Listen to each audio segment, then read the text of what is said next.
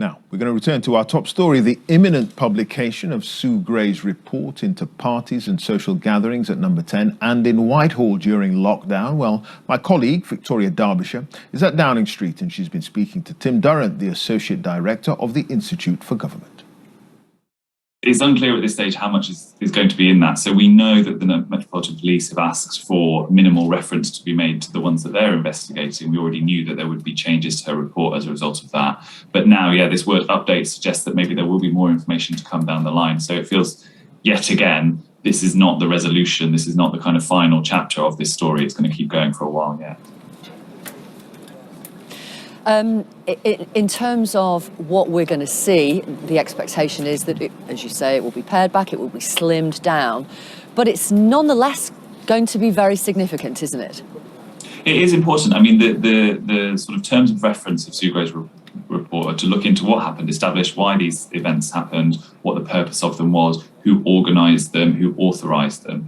And if she answers those questions, that will tell us an awful lot about, what was happening inside Downing Street during 2020 and into 2021, how decisions were made, who the kind of leaders of these processes were, the balance of responsibilities between the Prime Minister, his political advisors and the civil servants working in Number 10 as well. So we'll get to see a lot, but it's not going to answer all the questions that were initially posed.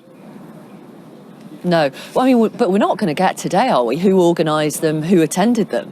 For most of them? Not for all of them. Not for all of them, no. For the Metropolitan Police one, the ones that the Met are looking at, those are going to be dealt with separately. But we don't know, at this stage, we don't know which ones the police are looking into and which ones they aren't. So hopefully at least we'll find that out and we'll see whether or not she answered those other questions about, who organised them, what the purpose of them was. Yeah. We're told, it was reported over the weekend, that she was furious by the Met's intervention on Friday. I don't know if you know Sue Gray personally or not, but does that ring true to you?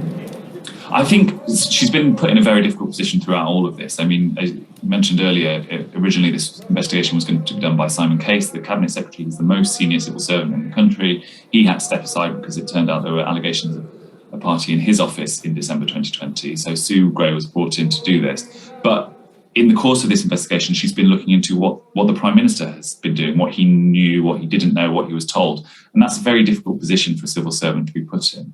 And then also to be put in the situation where, well, the police are maybe going to look into this as well, but that depends on what you find.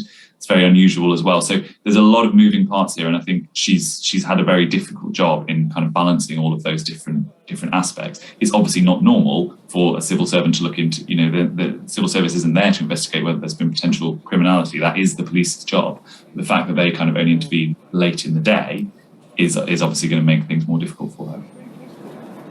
And can we just nail this notion of her independence? We've had a number of Conservative MPs over the week saying an independent report from Sue Gray. She is a civil servant. She works for the government of the day, upholding civil service values. Her boss is a man who's had to step aside, and her boss's boss is the Prime Minister. It's the Prime Minister, yeah, exactly. It's not independent at all. She can be very impartial. She can be very thorough in her investigation, and her reputation is that she is very thorough and she won't sort of be put under political pressure. But she is, as you say, she was a civil servant. She works for this government, and the ministerial code, for example, is very clear. It's not the civil service's job to uphold the ministerial code. It is the Prime Minister's job to enforce the ministerial code, because you can't have civil servants who are impartial but unelected. You can't have them kind of making decisions about ministers' jobs over and above the heads of the elected government.